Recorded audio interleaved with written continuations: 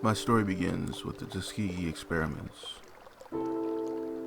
Shadowy white supremacist organizations in the government basically feared a black messiah, so they meticulously tested black people's DNA to discover abnormations that led to a person having different abilities.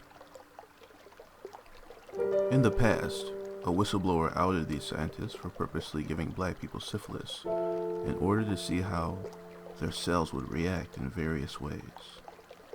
There was a hidden connection between the secret organizations, the adoption industry, and the psychiatry industry. Social workers and child protection are used as tools for breaking up families that they feel have abnormations in their bloodlines. Such abnormations lead to a person having abilities like super memorization, telekinesis, the ability to fly, super creativity, extreme intelligence, empathic powers, and any other form of psychic powers. Anything outside of their idea of non-threatening is labeled by their doctors and social workers as schizophrenic. So people can be secretly categorized for their abilities but dismissed as crazy or damaged in the general population of society. Under the administration of Reagan, there had been a black sergeant major in the Air Force with a wife who would ultimately give birth to a family of 7. The major and his wife had his family taken away because they were deemed schizophrenic and were told that they weren't able to properly take care of their offspring. Their first child died from an accidental aspirin overdose, and the other 6 offspring were taken away.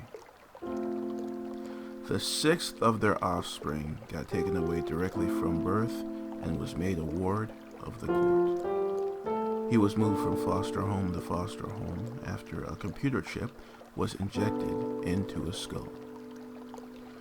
This computer chip gave readings of his thoughts and vital functions to a satellite so he can be a monitored experiment.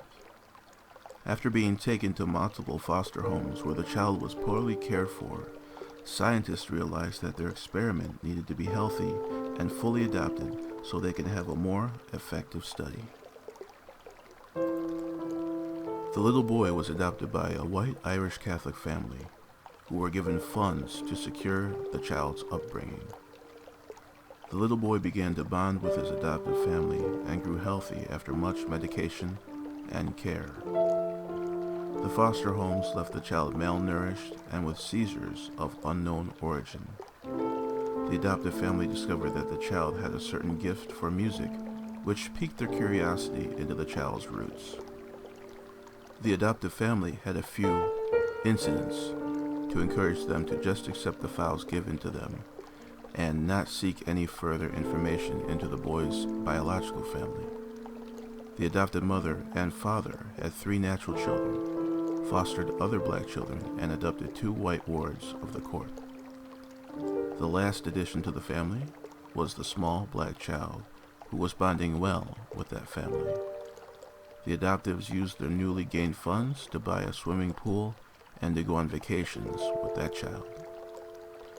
They were instructed never to talk about the child's past, but to focus on private schooling, piano lessons, and other aspects of upbringing. Before the child was fully adopted, there were a few incidents of chip malfunction that left the child screaming at night. Because of multiple incidents which led to a setback in the whole study, the child was forcibly removed from the foster home and taken for mental fracturing. These organizations had a multitude of tools for fracturing the mind, such as multiple trauma inducement, MK-Ultra, and computer chipping. As the money stopped, the adoptive family, in frustration, sued the state so that the child could be brought back into the home and fully adopted. They won the court case and set precedent to a national law that said that no child can be removed from a home based on race. They were invited to be on the Oprah Winfrey Show and were written about in papers. The combination of the child's beginning to memorize and play thousands of songs with ease and getting extra attention from adoptive parents began to foster envy among the other family members. They made a pact to maintain a certain emotional distance from the child, which would be later adopted by the parents. As the boy grew, he lost his physical ailments and began to surpass his piano teachers. Instead of studying Beethoven, the boy desired to compose like him. The child began to realize that he should hold back on his true abilities for fear of further being ostracized and creating more hatred about him.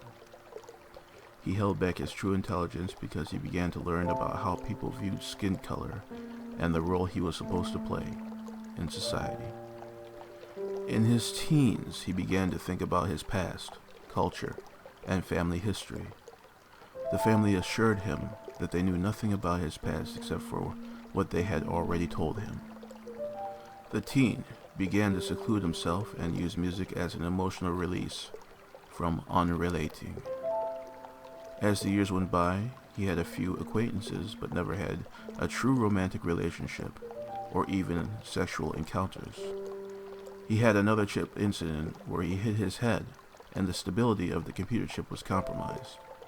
After being taken to an MRI by his adoptive mother, which led to hidden results, he was fine to continue growing and go off to college. In college, he pledged an all-white fraternity at the request of his grade school friend.